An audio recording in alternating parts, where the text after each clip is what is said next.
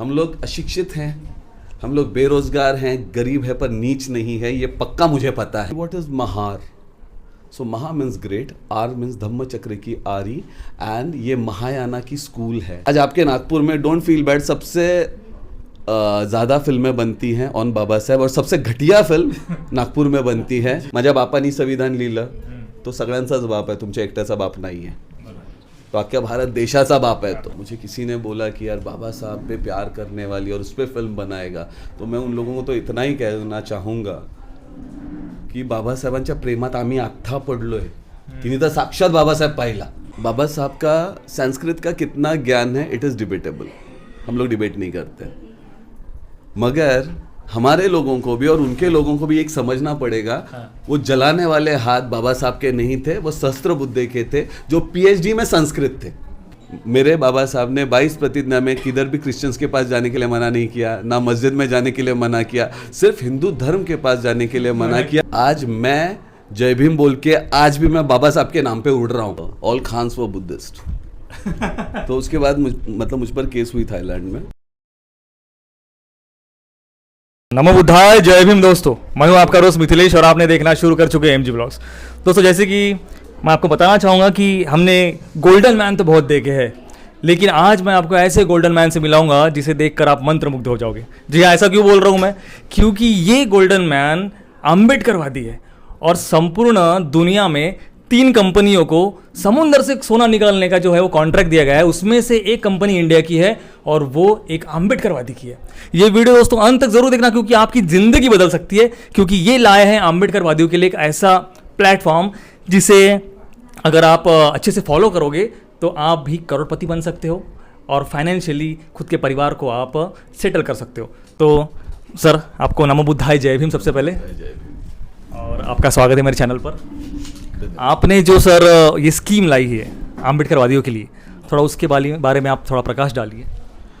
Last time मेरे Facebook में भी मैंने और सोशल मीडिया में भी डाला था कि, और मेरे इंटरव्यू में भी आज तक पे और जीएनटी पे आया था कि ये जो गोल्ड का बिजनेस या gold is actually research of Buddhist era. उसके बाद में महाराष्ट्र से कर्नाटका तक महात्मा ज्योतिराव फुले जी की डाई बनना और उसका गोल्ड मैन्युफैक्चरिंग का उनका यूनिट हुआ करता था. ये बहुत कम लोगों को शायद पता है. एंड सो दिस इज मतलब हमारी विरासत है ये, और हमारे लोग इसमें मतलब काम करें. अभी I am the only person in the world to make a gold foil and gold clothing, जिसमें NFC चिप्स भी हैं. तो वो भी मतलब we have invented that technology. अब मैं चाहता हूं कि हमारे लोग इसकी फ्रेंचाइजी लें. मैं किसी और लोगों से मेरी कोई नफ़रत या कोई दुश्मनी नहीं है, पर जब मैं बाहर जाता हूं तो लोग बोलते हैं अरे यार आपके जय भीम वाले ऐसे करते हैं. तो मतलब वो मुझे एज अ जय भीम वाला मुझे टारगेट करते हैं. तो फिर मैं पहले अपने घर का देखूं, है ना, पहले मैं अपने घर को सुधारूं. तो अगेन दिस इकोनॉमिक मतलब हमें रिजर्वेशन पे भी ताने दिए जाते हैं, है ना, जबकि मेरे ख्याल से 250 के ऊपर कास्ट है इन OBCs और समथिंग लाइक दैट. उसमें सारे हिंदू हैं. NT में 18 हैं, वो सारे हिंदू हैं. SC में नियर अबाउट 58 हैं, उसमें सिर्फ एक बुद्धिस्ट हैं, मगर फिर भी गाली खाने वाले हम ही लोग हैं. तो चलो फिर भी ठीक, अच्छी बात है, हम खा लेते हैं. तो मैं मतलब बिल्कुल चाहूँगा कि हमारे लोग इस गोल्ड में आइए. मैं जानता हूँ कि हमारे पास उतनी इन्वेस्टमेंट्स नहीं हैं, तो I will never take any deposit from you. Training मैं दे दूँगा. और जैसे हम सब मिलकर एक ऑफिस बनाएं, उसके छोटे मोटे नॉमिनल रेंट भरें. अगर उसमें से भी कोई नाकामयाब हो जाता है, हम एक दूसरे को सपोर्ट करें. अगर मेरे 200 डिस्ट्रीब्यूटर्स, उसमें अगर मतलब 50 लोगों ने नहीं भी भर दिया तो बाकी के 100-150 लोग उनको सपोर्ट करें. ऐसे मिलके यूनिटी करके हम एक अपना बिजनेस खड़ा करें. It would be an historic revolution. ठीक है. और ये आज भी क्वांटिटी का नहीं, क्वालिटी का गेम है. कुछ लोग ये कहते होंगे कि नहीं हम मीन्स अम्बेडकराइट हैं, इसके लिए हमें मतलब तुच्छ नज़रों से देखेंगे, हमारा बिजनेस नहीं होगा। तो कुछ लोग तो अपने शॉप्स में या बिजनेस में बुद्ध मूर्तियां, बाबा साहेब का मतलब फोटो लगाने तक भी शर्माते हैं। मतलब किस बात की शर्म है मैं नहीं जानता हूँ। आज मेरे गले में जो मतलब बुद्ध की मूर्ति है, मतलब ये मेरे लिए फैशन नहीं है, पर दिन में कोई तो हमारे मुंबई में रिक्शा वाला, झाड़ू वाला या किसी होटल का मैनेजर, इवन 5 स्टार होटल के मैनेजर्स आके जय भीम बोलने लग गए मुझे। क्या बात है, सही में? यस। मतलब मैं मतलब स्पेसिफिक होटल बताता हूँ, रेडिसान की बात कर रहा हूँ। तो आई वाज सिटिंग देयर, और यहाँ के जो हमारे वर्धा के जो भंते जी आए थे, हम दोनों जस्ट कॉफी पी रहे थे, और उन्होंने आके मतलब directly not good morning sir और good afternoon sir, it was just Jai Bhim sir. तो that revolution can come down. मैं क्रॉफर्ड मार्केट के पास ही मेरी ऑफिस है वीटी में, अगर आप लोग जानते रहोगे। It's very hustle bustle area, एकदम छोटा सा, एकदम नैरो।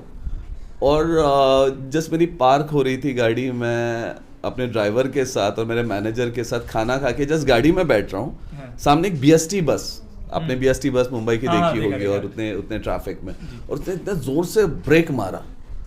तो मेरे आलम, मेरे जो मैनेजर हैं, उन्होंने बोला यार किसी का एक्सीडेंट हो गया है। तो एक्सीडेंट नहीं हुआ था, उसने दरवाजा खोला उसमें, और दूर से वो मूर्ति देखे जय भीम बोला, उतने ट्रैफिक में। तो मैं नहीं जानता हूँ कि हिंदू को देख के हिंदू खुश होता है कि नहीं, मुसलमान को देख के मुसलमान खुश होता है कि नहीं, पर अंबेडकर वादियों को देख के अंबेडकर वादी खुश होता है। जी। बॉम्बे में बहुत सारे गोल्डमैन हैं, 10-10, 100-100 किलो पहनने वाले भी हैं। गोल्ड के व्यापारी बहुत हैं, गुजराती हैं, बहुत सारे टर्नओवर वाले लोग हैं। मगर आज भी आप गूगल को पूछोगे, उसमें रोहित पिसाल नाम आता है गोल्डमैन में। तो मेरे एक गुजराती दोस्त ने पूछा था कि यार तेरा नाम कैसे आने लग गया इसमें।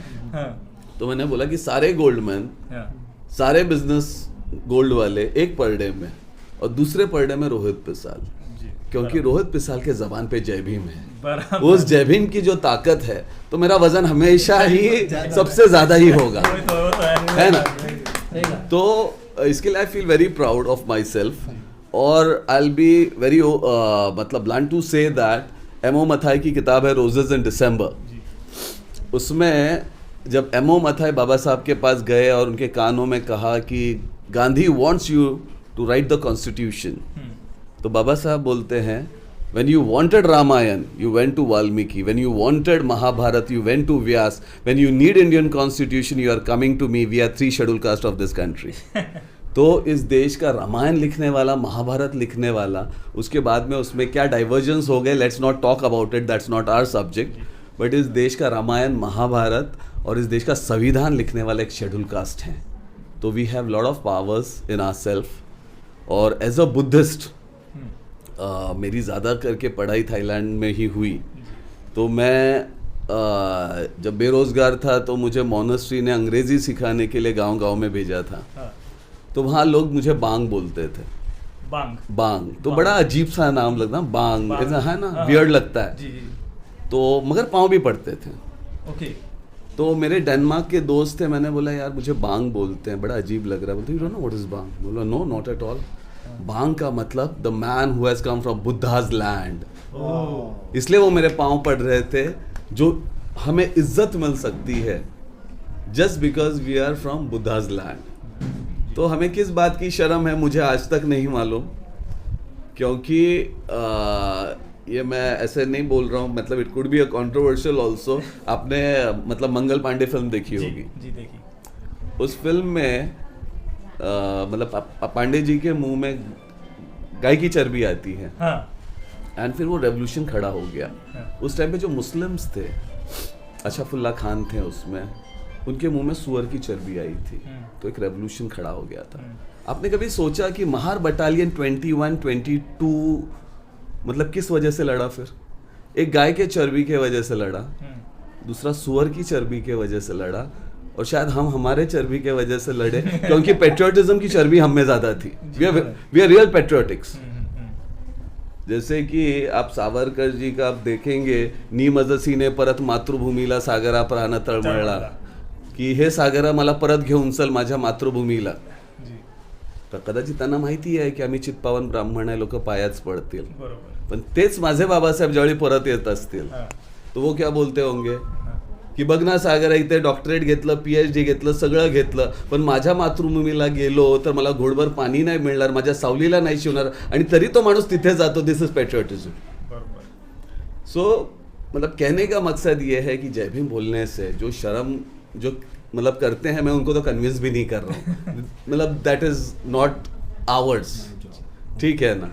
अब मगर जो जय भीम बोलने से नहीं शर्माते, जिनमें आज भी वो ब्लू ब्लड है, जिनको एहसास है, और मेरे लोग आज भी हम लोग दादर चैत्य भूमि में 6 दिसंबर में 20 से 25 लाख लोग आते हैं. हाँ, मैं भी था इस बार. हाँ, तो किसी भी देवस्थान में, मैं नाम नहीं ले रहा हूँ किसी का, अगर पता चले कि वहाँ का भगवान तुमको कुछ देगा नहीं, नहीं तो मराठी मुझे तो आवणार नहीं, ठीक है ना, वहाँ पे कोई नहीं जाएगा. मगर हम लोग उस शिवाजी पार्क के लाल मिट्टी में सोने जाते हैं, टेम्पो में वो बासी खाना आता है वो खाने भी जाते हैं, मगर लाइन में खड़े रहते हैं जस्ट टू से थैंक्स. हम लोग अशिक्षित हैं, हम लोग बेरोजगार हैं, गरीब है पर नीच नहीं है, ये पक्का मुझे पता है. वी आर वेरी, मतलब आज भी हम लोग थैंक्स बोलने के लिए उस चैत्य भूमि में हर साल जाते हैं. So this is my community and very proud of this community. हम में आज भी कोई आतंकवादी कभी पैदा नहीं हुआ. हमने बहुत तकलीफ़ें झेली, मगर हमें आज तक, जैसे एक बहुत ज़माने पहले एक फर्म में मैं काम करता था, नाम नहीं ले रहा हूँ क्योंकि बहुत बड़ी फर्म है, तो उसे पता चला कि आई वॉज बुद्धिस्ट. ठीक है, तो एक मतलब टॉर्चर टाइप हो गया.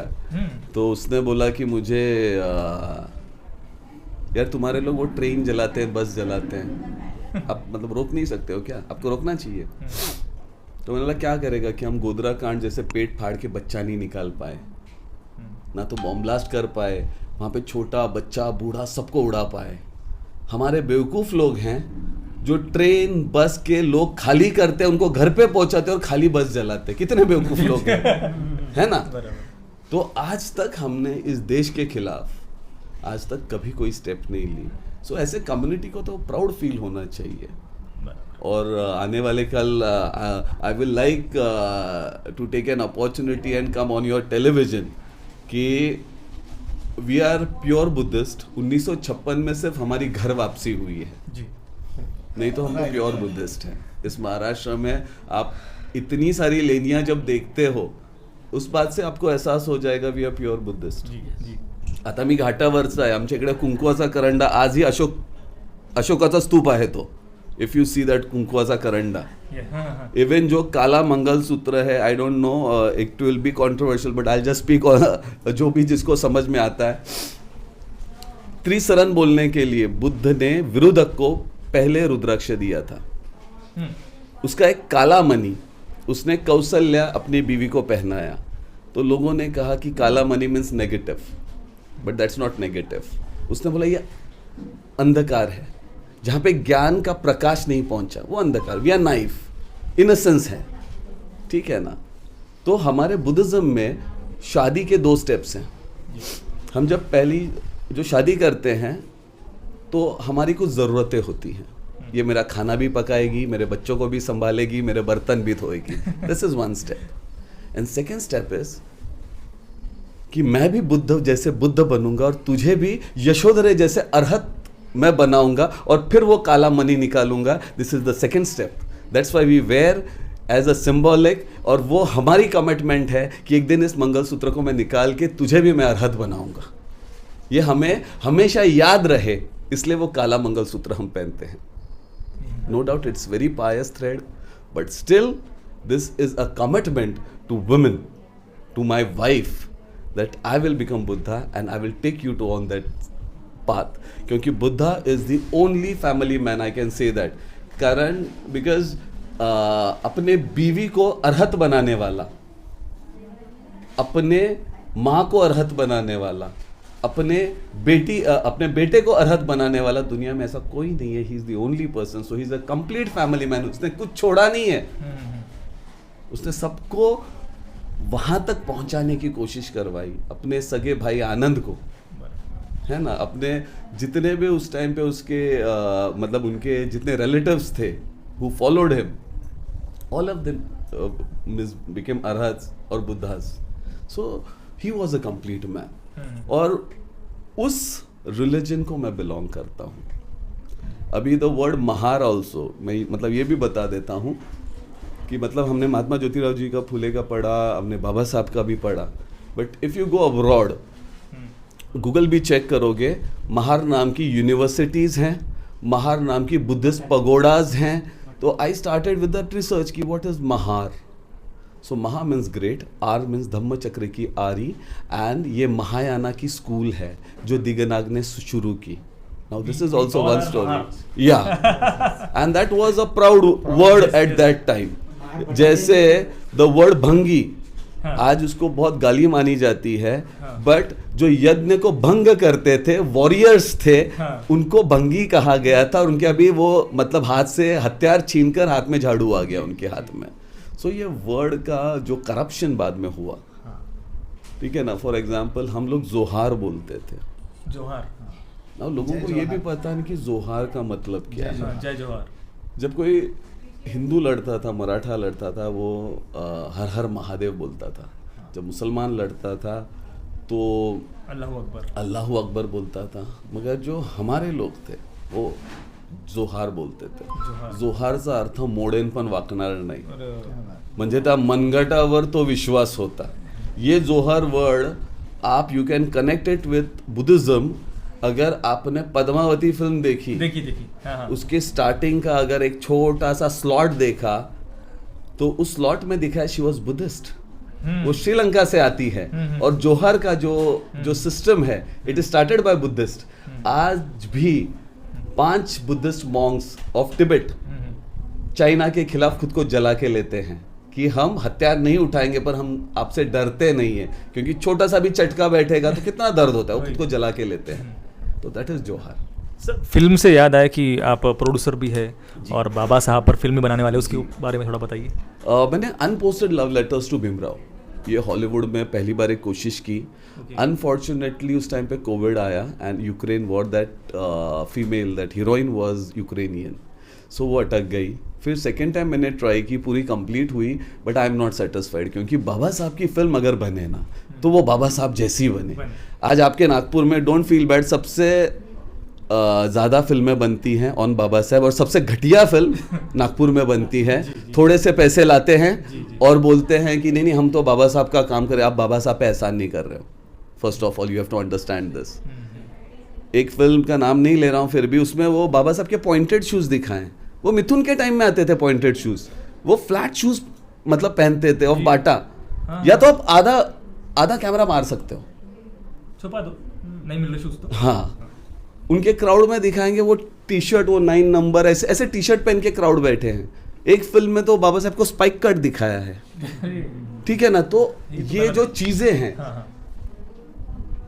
मोहम्मद पैगंबर साहब के ऊपर कोई भी फिल्म नहीं बनती. ईरान में एक फिल्म बनी, उन्होंने इतना सा ही हाथ दिखाया था मोहम्मद पैगंबर साहब का. बोले रसूल अल्लाह का इतना मुकद्दस हाथ किसका है, इसलिए उस पर फतवा निकाला. सिर्फ हाथ दिखाया इसलिए. और हम तो पूरे बाबा साहब दिखा रहे हैं. एक आपके नागपुर के बंदे ने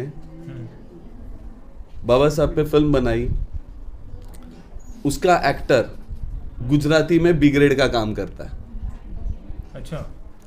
तो पहली बात तो मैं चाहता हूं कि अंबेडकर फैमिली या तो हम में से कोई हमारे इन फिल्मों पे सेंसरशिप लगाए. कि बाबा साहब, एक तो हमने मम्मूटी देखा, ग्रेट, ठीक है ना, उसमें कोई दो राय नहीं करेगा कि अगर बाबा साहब है तो ऐसे ही होंगे, है ना, ऐसे फील होता है. तो अगर आपके पास पैसे नहीं है ना, प्लीज मत बनाओ. आई विल बी वेरी ब्लंट, आपको कोई कोशिश नहीं करनी है, डोंट डू इट, क्योंकि वो बाबा साहेब हैं. आप ताजमहल है तो ताजमहल ही दिखाना पड़ेगा, झोपड़े से काम नहीं चला सकते, है ना. आपके जो गाने हैं, फिलहाल कोई भी उठ रहा है गाने लिख रहा है, अर्वाच्य शिव्या, चिथवणीची गाणी, उपद्रवी गाणी, माझ्या बापानी संविधान लिहिलं, तो सगळ्यांचाच बाप आहे, तुमच्या एकट्याचा बाप नाही आहे, तो अख्ख्या भारत देशाचा बाप है. तो एक तो आपका म्यूजिक, आपका लिटरेचर, हर चीज़ पे आपको काम करना पड़ेगा. और रही बात मेरे फिल्म की, आपने बात की unposted love letters to Bhimrao, मेरा एक थाईलैंड में होटल है जहाँ पे एक लेडी थी and I was talking about Mahatma Gandhi and on Baba Saheb, और वो मेरा आवाज़ सुन के बोलती है कि I you talking about doctor Bhimrao Ramji Ambedkar. तो मतलब फॉरेनर को पूरा नाम पता है।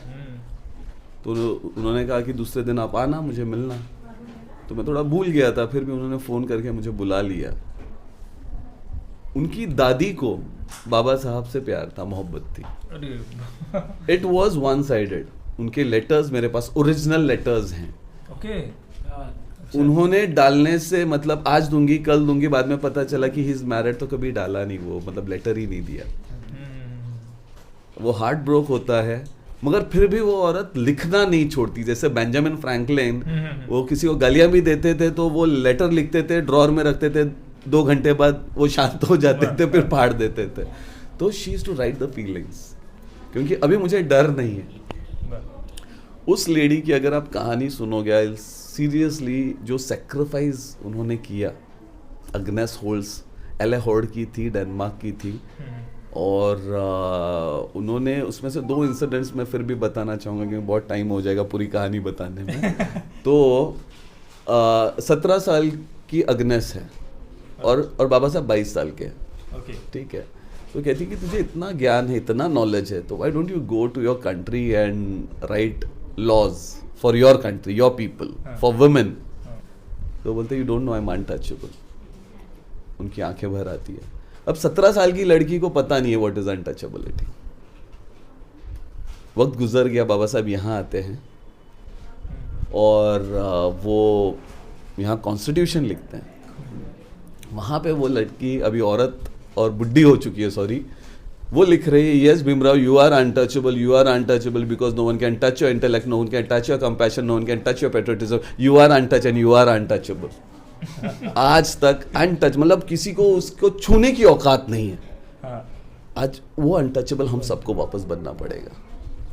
बाबा साहब की कुछ चीज़ें जो मैंने उनके मतलब खतों से समझी, तो मुझे किसी ने बोला कि यार बाबा साहब पे प्यार करने वाली और उस पर फिल्म बनाएगा, तो मैं उन लोगों को तो इतना ही कहना चाहूँगा की बाबासाहेबांच्या प्रेमात आम्ही आत्था पडलोय. तिने तर साक्षात बाबासाहेब पाहिला. प्रेमात पण पडले. तो मोहब्बत होगी ही ना. आज भी मैं बाबा साहब बोल रहा हूँ, मेरी आंखें लिटरली भरी हुई है, मैंने गॉगल पहना हुआ है. तो हम आज उस मोहब्बत में हैं. तो उसने तो साक्षात बाबा साहब देखे. उसने एक इंसिडेंट दिखा था, उसकी बेकरी हुआ करती थी. बहुत दिन बाबा साहब सैंडविच लेने नहीं आए तो बहुत डेयरिंग से सैंडविच कॉफ़ी लेके जाती है. बाबा साहब उनको देखते और बोलते कि अरे मैंने खाना मतलब खा लिया है. वो झूठ बोल रहे हैं ऐसा एहसास होता है. अच्छा तूने पक्का खाया है क्या? बोलता है नहीं, तुझे सच बताऊं कि मेरे पास पैसे नहीं है. बोलते हम दोस्त हैं, अगर पैसे नहीं भी दिए तो क्या फ़र्क पड़ता है. तो I don't misuse my friendship. उसके बाद वो बोलते कि जब आएगा तब दे. बोलते मैं स्कॉलरशिप पे जीता हूँ, कब आएगा गारंटी नहीं है. मैं फॉल्स कमिटमेंट भी नहीं देता. तो उसे बुरा लगता है. उससे बोलती कि रात को तो तूने खाना खाया है क्या? बोलता नहीं खाया. तो फिर तू सोता कैसे? तो बोलता है कि मैं भूखे पेट बहुत रात सोया हूँ, किसी का कर्जा लेके नहीं सो सकता.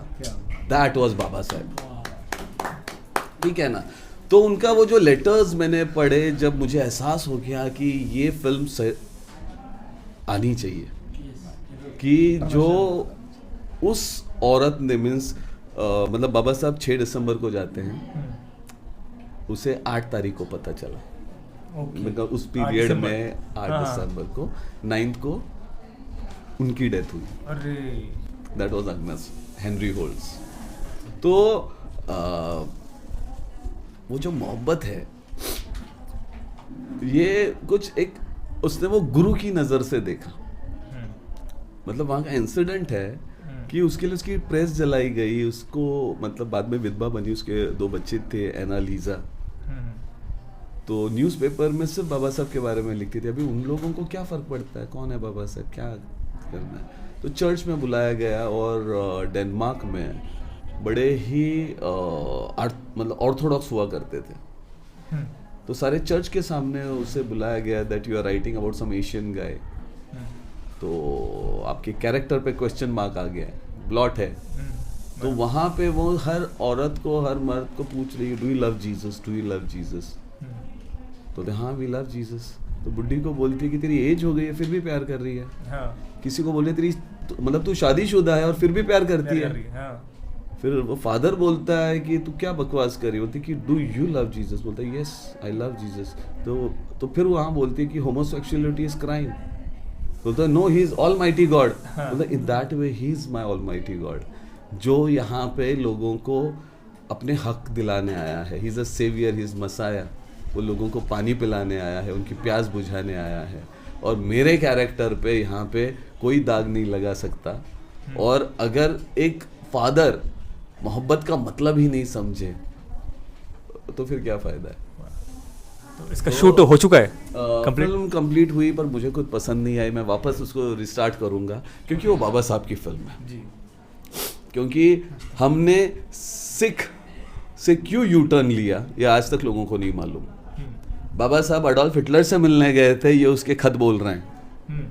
बॉन यूनिवर्सिटी में कितने दिन का अटेंडेंस है वो सब मैं देख के आ गया हूँ। तो बाबा साहब वहाँ क्या कर रहे थे। लास्ट यूरोप विजिट जो जुआचिम के साथ हुई, जो second most wanted Adolf Hitler के साथ था, अच्छा, उसके बाद में आपने एक देखा कि हमें नॉन वायलेंस से मिला या वायलेंस से मिला, आज भी झगड़े हैं। हमें इंडिपेंडेंस क्यों मिला?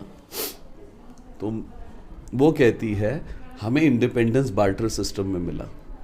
सेकेंड वर्ल्ड वॉर में maximum more than 50%, near about 62 ऐसा कुछ उसने परसेंटेज दिया है, महार्स लड़े थे कि सेकेंड वर्ल्ड वॉर में हम आपके लिए लड़ेंगे और फिर आप हमें फ्रीडम दे मतलब दोगे। वो भी एंगल उसने दिया है। बाबा साहब के और मेरे जो मतलब दादाई मतलब लगते हैं, जिनका नाम है सवादकर, आपने कभी पढ़ा भी होगा, उनका आज भी टॉम अफगानिस्तान में है। तो महार बटालियन हैज़ मतलब अगर कंगना रनावत ये कह सकती है कि हमें भीख में मिला, या विक्रम गोखले साहब जो अभी हैं नहीं वो कह सकते हैं कि भीख में मिला, तो एक्चुअली उनको भीख में ही मिला होगा। हम तो लड़े थे। हाँ, हम लड़े थे, हमने खून बहाया है इस देश के लिए। So that freedom also is not for free for अस।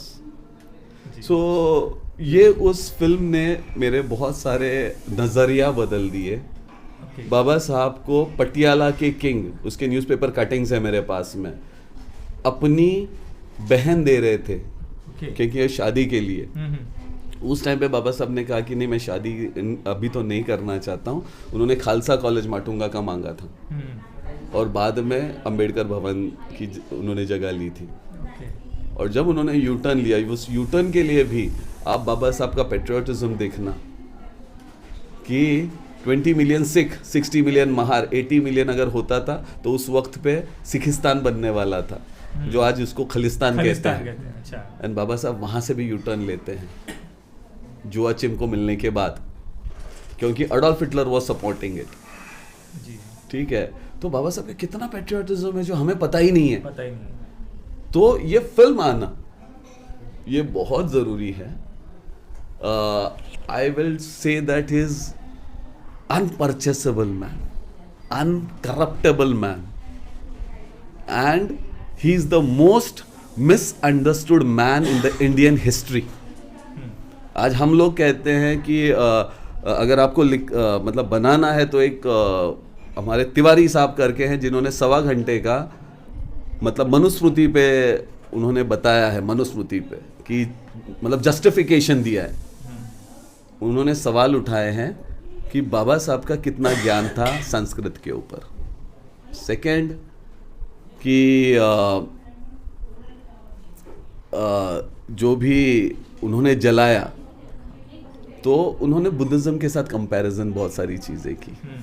ठीक है, तो फर्स्ट ऑफ ऑल बाबा साहब का संस्कृत का कितना ज्ञान है इट इज़ डिबेटेबल, हम लोग डिबेट नहीं करते, मगर हमारे लोगों को भी और उनके लोगों को भी एक समझना पड़ेगा। वो जलाने वाले हाथ बाबा साहब के नहीं थे, वो सहस्त्र बुद्धे के थे जो पीएचडी में संस्कृत थे उस वक्त पे। तो जो हाथ जले थे ना, मतलब जिन्होंने जलाया वो हाथ, he was very well versed with Sanskrit. So there is no question about the calibre of Babasaheb. First of all Manusmriti को जलाना वॉज अ कंपैशनेट एक्ट, ऐसा मैं बोल रहा हूँ। एक ब्राह्मण ने लिखा और उसको मिटाने के लिए एक ब्राह्मण को अपॉर्चुनिटी दी ताकि मेरा समाज उन पे रोष ना रखे, वो कल बता सके कि देखो ब्राह्मण ने ही मिटाया है। आप उसका कंपैशन क्यों नहीं देख रहे हो बाबा साहब का? यू हैव मिसअंडरस्टूड बाबा साहब अ लॉट। और अगर संस्कृत जानने का ही अगर पैरामीटर्स हैं तो सावरकर साहब बुद्धिज्म पे बहुत कुछ बोल गए, अशोक को षंड बोला गया, तो उनका पाली का कितना लैंग्वेज का स्टडी था? हाउ मच, मतलब क्या डिग्री थी उनकी पाली में? बिल्कुल कुछ भी नहीं था। अगर 2700 श्लोक वो कह रहे हैं मनुस्मृति में है, तो हमारे त्रिपिटक में 38 खंड है जिसमें 12,786 सूक्त हैं। तो आप वो पढ़ चुके हो क्या? जब आप बुद्धिज्म पे बात करने की आपकी क्या आपकी मतलब एक्चुअली क्या कैपेसिटी है? You don't have that, but you talk on Buddhism. औरतों का डिस्क्रिमिनेशन बुद्ध ने कभी नहीं किया। लोग कहते हैं, हमारे भी कुछ लोग हैं कि मतलब मेरा बुद्ध धर्म 1000 साल चलने वाला था मगर 500 साल में ख़त्म होगा, विच इज़ वेरी रॉन्ग। ये 700 साल के बाद एक स्कूल आती है, because you don't have evidence ऐसा बुद्ध ने कहाँ पे लिखा। मैंने पूरी थेरी गाथा रिसर्च की, वर्ल्ड की थेरी गाथा रिसर्च की है, वहाँ पे कहीं पे नहीं मिलता है। वो 700 साल के बाद सेंट्रल एशिया में धम्मगुप्त नाम की एक स्कूल मतलब बनी, उसमें का एक एविडेंस दिया जाता है जिसकी एक चाइनीज़ ट्रांसलेशन हुई, पर उसको अगर रेक्टिफाई किया जाएगा तो बुद्ध ने ये कहा था कि मेरा धम्म शायद 500 साल चलेगा, आज औरतें हैं तो शायद हज़ारों साल तक चलेगा। इसे रिवर्स किया गया, ठीक है। एंड बुद्ध ने संघ में नहीं लेने के रीजंस भी बहुत मतलब बहुत इंपॉर्टेंट टू बी अंडरस्टूड है। First of all you have to understand what is Buddha. की तो झाडाखाली बसून म्हणजे MA झाला का, PhD झाला का, LLB झाला का, नाही, it is not like that. You have to tell my young generation now that how your dopamine hits, how your estrogen transforms, then you will understand what is Buddhahood. आपके anger के chemicals कौन से हैं, आपके lust के chemicals कौन से हैं, and how it has been transformed, it becomes Buddhahood then. तो जैसे छोटे से नाले में अख्खा आकाश दिखता है, वैसे आपल्या चिमुकल्या म्हणजे शरीरामध्ये अख्खा ब्रह्मांड आहे हे सांगणारा बुद्ध, ठीक आहे ना। अणूपासून ब्रह्मांडापर्यंत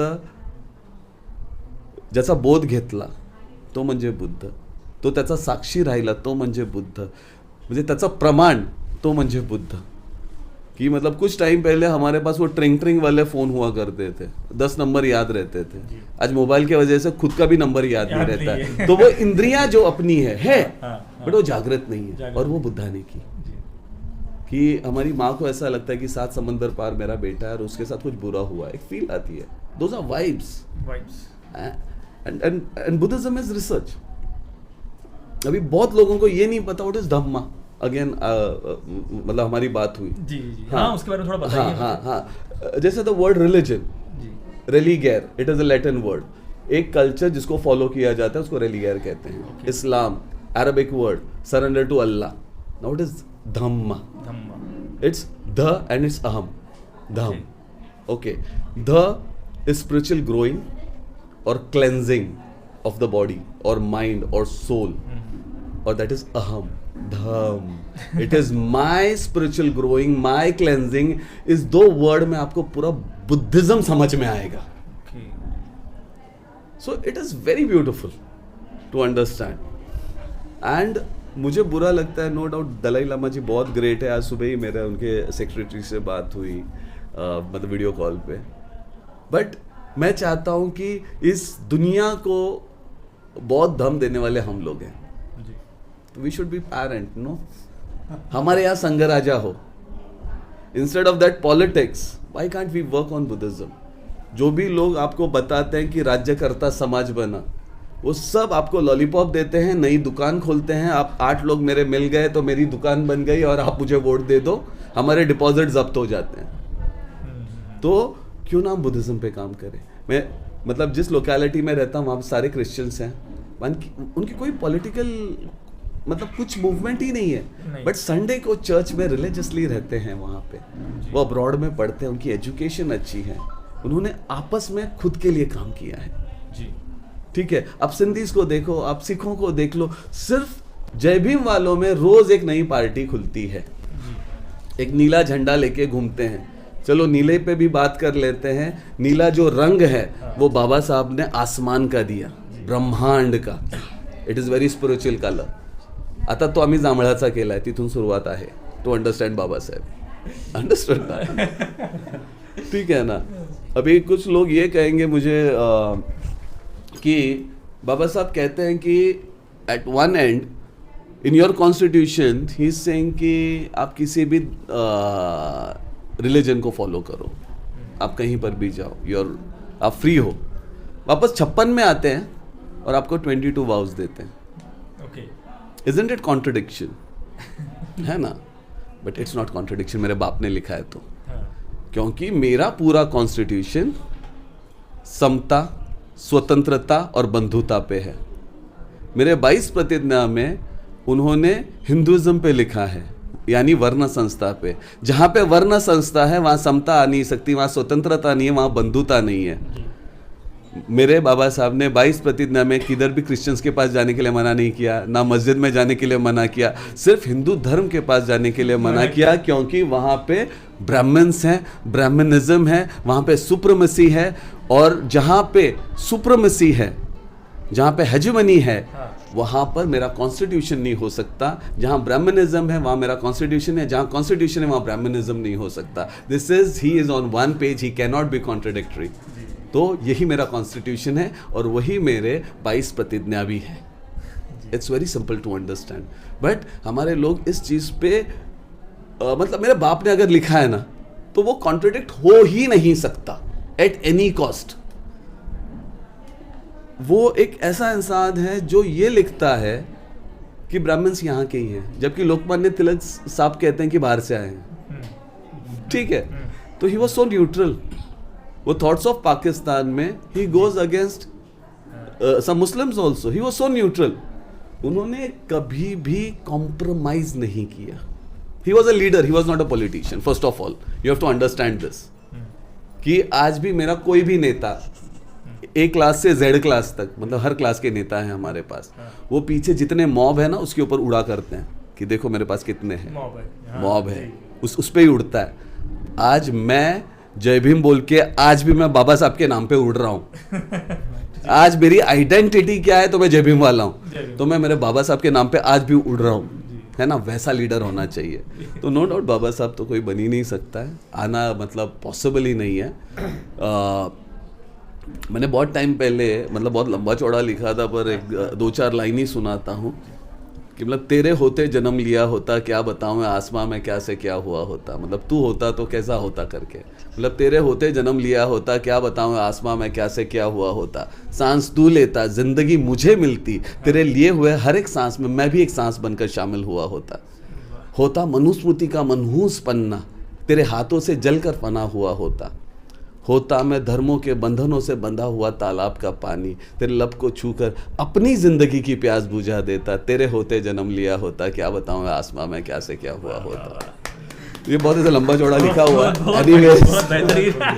ठीक है ना। तो ऐसे मतलब ये ऐसे बाय हार्ट नहीं करना पड़ता। फर्स्ट ऑफ ऑल वो आपके ब्लड में आ जाता है कहीं पे, है ना। जैसे मैंने एक फिल्म लिखी चैत्य भूमि, जो यहाँ पे कभी रिलीज नहीं की मैंने, सिर्फ धर्मशाला फिल्म फेस्टिवल में मैंने दिखाई थी। तो उसमें सिर्फ 3 कैरेक्टर्स हैं। एक टेम्पो है, एक ऐसा बूढ़ा है जिसने अस्पृश्यता देखी, दलित पैंथर देखी और आज भी वो देख रहा है सारी चीज़ें, और एक टेम्पो वाला है वो जो है जय भीम वाला, पर उसको कुछ भी पता नहीं, किसी भी चीज़ का कोई लेना देना नहीं। तो बोलते कि दादा तुम्ही खूप असं विचारवंत वाटत है।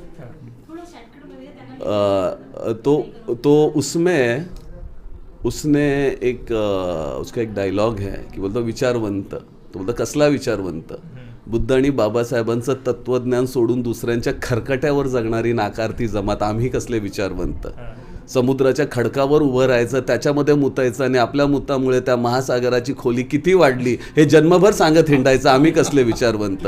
या विचारांना माझ्या देहासहित आधी जाळलं पाहिजे, सगळंच संपवलं पाहिजे. यातनांचा दाह साधता येत नाही, मन ही जळते, जळू देत नाही. जळू देत त्याला अखंड, तरी मी उभाच माझ्यातला, मी का जळत नाही. कोण जाणे त्या जळण्याची व्याख्या बहुधा भावनांचीच असावी, आपण नाही हेच कुठेतरी कळण्याची.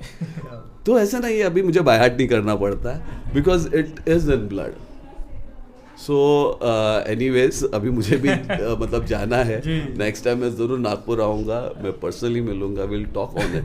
और एक पूछना चाहूँगा सर आपसे कि अफगानिस्तान आप गए थे, वो टूर के बारे में आप थोड़ा बताना चाहेंगे, जो बुद्धिज़्म के बारे में आपने जो स्टडी की है. ठीक है. पहली बात तो एक फिल्म आई थी शाहरुख खान की, जी that I am Khan, I am not terrorist. जी. तो उस वक्त पे मैंने वो देखा और मैंने लिखा that all Khans were Buddhist. तो उसके बाद मतलब मुझ पर केस हुई थाईलैंड में, ओके. और 3 महीने में वो केस जीत गया मैं. अच्छा. सो फर्स्ट खान, ये खान जो टाइटल है, it's a title, it is nothing to do with a religion. All shamanist और टेंजिंग जो लोग हैं वो लोग ये टाइटल लगाया करते थे. तो सबसे पहला खान वॉज चंगेज़ खान. आप उसकी बायोग्राफी पढ़ोगे तो उसे बेचने के लिए रखा गया था. और एक बहुत भिक्षु वहाँ से गुजरते, उसकी आंखों में देखता, बोलते कि तू ना दुनिया पे राज करेगा. हाँ. और तू बहुत क्रूर राजा बनने वाला है. हाँ. हमारे बौद्ध विहारों को छोड़ देना. तो वो इतना दुबला पतला था, कोई खरीद ही नहीं रहा था उससे. अच्छा. मतलब ही वॉज अ स्लेव. हाँ. तो वो काम करने के लिए आदमी हट्टा कट्टा चाहिए. हाँ. तो वो एक स्लेव था. तो अभी उसे कोई खरीदेगा कौन. तो फिर भी ये बौद्ध भिक्षु रोज़ आ रहा है और वो मतलब परेशान कर रहा है. तो उसने बोला हाँ जा, मैंने बोल दिया कि मैं तेरे विहार नहीं तोड़ूंगा, तो प्लीज़ मगर एक काम करना, मेरी बीवी तक मेरी बात पहुंचाना कि मैं यहाँ ज़िंदा हूँ. वो बौद्ध भिक्षु 6 महीने तक अब उसके बीवी को ढूंढ रहा है. उधर उसे बताता है कि वो ज़िंदा है, इस रीजन में है, और वहाँ पे उसकी जान जाती है. वो लौट आती है, उसको कहीं और ट्रांसफ़र किया है, बट ढूंढ के अपने पति को निकालती है. तो वो कहते हैं कि वहाँ से छूट जाता है. फिर वो चंगेज़ खान बन गया. और जब लौट आया तो उसने, कहते हैं कि उस जगह की चिड़िया तक मार डाली थी, इतना क्रूर बन गया. मगर उसने कभी विहार नहीं तोड़े. उसका बेटा उगदिया खान जो बहुत जल्दी मर गया, उसका बेटा कबूलिया खान जो ऑफिशियली बुद्धिस्ट बना. ये कहाँ तक आया, या अर्घुन खान तक आया, जो आपको बामियान के जो स्टैचूज दिखते हैं ये सब उसने बनाए हैं. हाँ. उसका बेटा गजान, जिसने नावरूज नाम के अरबिक मुस्लिम की मदद लेकर अपने बाप को मरवाया ताकि वो अपनी गद्दी पे बैठे. फिर नावरूज ने अर्घुन को मरवाया और गजान को भी मरवाया, और वो खान जो टाइटल है उसके बाद वो मतलब मुस्लिम्स के पास चला गया, अरबिक मुस्लिम्स के पास. The word Dalai Lama. Now what is Dalai Lama? Dalai means ocean, Lama means wisdom. It is not a Tibetan word, it's not a Pali word, it's a Mongolian word which is started by Altan Khan. तो बौद्धों के धर्म गुरु की शुरुआत भी खानों की है. सो ये एक खानों की बात हो गई. अपार्ट फ्रॉम दैट, अगर आप ग्रीको बुद्धिज्म पे चले जाते हैं, आपको अलेक्जेंडर की स्टोरी जब बताई जाती है तो इंडियन पॉइंट ऑफ व्यू से बताई जाती है. अलेक्जेंडर के साथ पायरो आया था, एक फिलोसोफर थे, थिंकर थे, वो यहाँ पे स्टडी करने आए थे. और अगर आप पायरो की बायोग्राफी पढ़ोगे तो वो कहता है कि जब अलेक्जेंडर यहाँ आए तो उसे पोरस ने नहीं हराया. वो यहाँ पे जैनिज्म उसने देखा, बुद्धिज्म देखा, और उसके बाद वो वर्ल्ड का जो डिटैचमेंट हो गया कि मैं क्या कॉन्कर कर रहा हूँ, वो वहाँ से लौट आता है. और वो मरते वक्त भी हाथ उसने खाली दिखाए, but it was not of दुख. ये वो मैसेज देखे गया कि मैंने तो दुनिया जीती बट खाली हाथ ही जा रहा हूँ. बट उसमें निराशा नहीं थी, वो कुछ पाके गया है भारत से, वो संस्कृति पाकर गया है. और जब पायरो को पूछा कि वहाँ पे भारत में तूने क्या देखा, तो वो कहता इन्फ्रियातो बुद्धा, इन्फ्रियातो बुद्धा, इन्फ्रियातो Buddha, this is land of Buddha, this is land of Buddha, this is land of Buddha. तो ग्रीस तक हमारी बुद्धिज्म गई, ठीक है ना. मतलब किसी के ऊपर बोलना नहीं चाहिए, क्रिटिसाइज नहीं करना चाहिए, पर जो भगवान हवा में उड़ते थे वो भी फॉरेन नहीं मतलब पहुंचे, मगर बुद्ध तो पाँव से गए पर वो मतलब पूरी दुनिया में पहुंचे, ठीक है ना। तो दिस खान टाइटल मतलब वापस अफगानिस्तान में एक हज़ारा करके एक शेड्यूल कास्ट जीते हैं जिनको येलो कपड़े पहनने पड़ते हैं। तो मैं वहाँ गया हूँ, ये आखिरी 1000 थे जो लड़ रहे थे बामियान को बचाने के लिए, 2000 हजारास। तो इस मतलब मैं मतलब कहूँ ना तो बुद्धिज्म हर जगह है। वहाँ पर वो ईंटों वाले बुद्धिज्म, ईंटों पर ऊपर भगवान बुद्ध के बारे में आपने बताया था कि वहाँ पे ईंट पे बुद्ध खड़े हैं। तो मैंने मेरे मास्टर को पूछा कि ऐसे हमारे पंढरपुर में भी हैं, पर उस पोस्चर का अर्थ नहीं पता जी। तो वो कहते हैं कि मेरी आंखें बड़ी हैं तो मैं जागरूक होकर देखता हूँ, मेरे कान बड़े हैं मैं सबके दुख सुनता हूँ, मैं ऐसे खड़ा हूँ तो ये मोटर ऑर्गन है, ये सेंसिटिव ऑर्गन है, सारी इंद्रियां मेरे कंट्रोल में है। तो मैं बोला ये तो समझ में आ गया, पर ईंट पे क्यों खड़ा है? हाँ, तो बुद्धिज्म में ईंट और पत्थर का एक फिलॉसफी है। पत्थर जो है वो मैन मेड नहीं है, उसको मृत्यु नहीं है। ईंट जो है वो मैन मेड है और उसको मृत्यु है। तो बुद्ध कहते हैं कि मैं जागरूक होकर देखता हूँ, मैं सबके दुख सुनता हूँ, सारी इंद्रियां मेरे कंट्रोल में है, पर मैं भी तेरे जैसा ही जाने वाला हूँ, इसलिए मैं ईंट पे खड़ा हूँ। आई एम नॉट इमॉर्टल, ठीक है ना। तो ये बुद्धिज्म के ग्लैमर जो है ये इतना खूबसूरत है। तो हम हमारे बच्चों को, ये जो हमारी जनरेशन शायद ये आखिरी जनरेशन ना हो जाए जो अगर हम बुद्धिज्म को हमने अगर ओवरलुक किया तो। और आज भी मैं मेरे नेताओं से हाथ जोड़ के विनती करता हूँ, इंस्टेड ऑफ पॉलिटिकल पार्टीज खोलने के बजाय हमारे 48 कंट्रीज हैं including Europe countries, they are ready to help you out. वो आपको मदद कर सकते हैं एजुकेशनली, आपके लिए इंस्टीट्यूशंस खड़ी कर सकते हैं, आपके लिए रोजगार खड़ा कर सकते हैं। युगांडा जैसा जहाँ पे लोग इंसान खाते थे, आज वहाँ पे 48% बुद्धिज्म है। अगर इंसान खाने वाले जानवरों को हम इंसान बना सकते हैं, बुद्धिस्ट बना सकते हैं, हम तो फिर भी पहले से बुद्धिस्ट है यार। तो इन नेताओं को आप जितनी पार्टियां खोलोगे उतने आप टुकड़े ही करने वाले हो, आप कुछ हासिल नहीं करोगे।